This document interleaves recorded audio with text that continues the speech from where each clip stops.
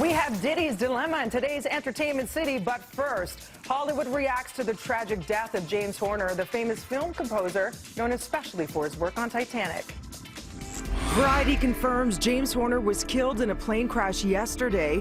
A small private aircraft registered to the 61-year-old trained pilot went down in a remote area near Santa Barbara. It appears Horner was the only one on board. The cause of the crash is still unknown. The Oscar and Grammy winner was behind Celine Dion's famous Titanic track, My Heart Will Go On.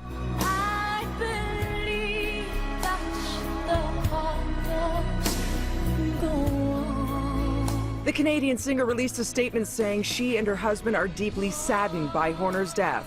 DION says, James played an important part in my career. We will miss him.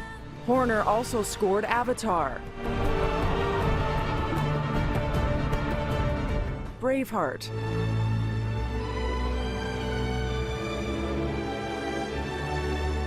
and Apollo 13, among many others. Stars around the globe are sharing their grief over his loss. Ron Howard tweeted, brilliant composer, friend, and collaborator on 7 movies.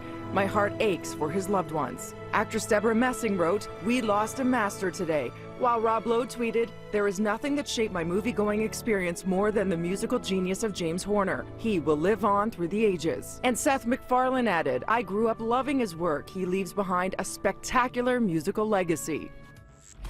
Meanwhile, another big name in music is in trouble this morning. Sean Diddy Combs was arrested on charges of assault with a deadly weapon after allegedly going after his son's UCLA football coach with a kettlebell. Sounds like someone needs a lesson in sportsmanship. The hip-hop mogul was detained in campus jail after the incident and later booked on a felony charge with bail set at $160,000. Reports say the dust-up happened after Diddy spotted a coach screaming at his son Justin on the field.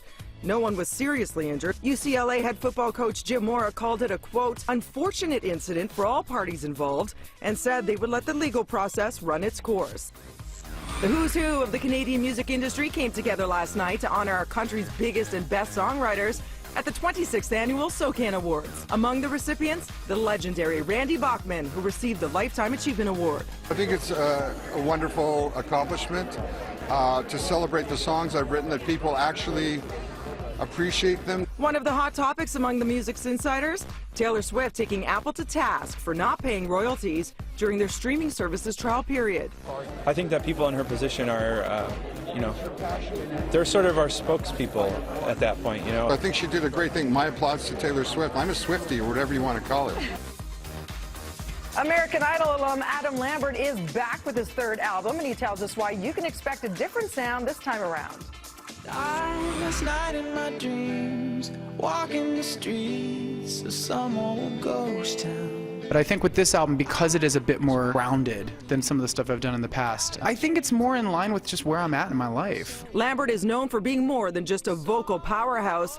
He's also made history with his musical achievements as an openly gay artist. You know, it's really easy to talk about being an out gay man in the music industry. But I think in order for us to kind of progress and get to the next level, it's about not having to talk about it. One of the things that's so exciting about this album is that, yeah, I allude to relationship things and being in love, but I was very conscious to do it in a way where it doesn't matter what your preference is. You should be able to relate to that emotion, because the emotion is universal. You can check it out for yourself. The original High is available now. And remember, we always want to hear your thoughts on the day's entertainment headlines. Just tweet us at NCity.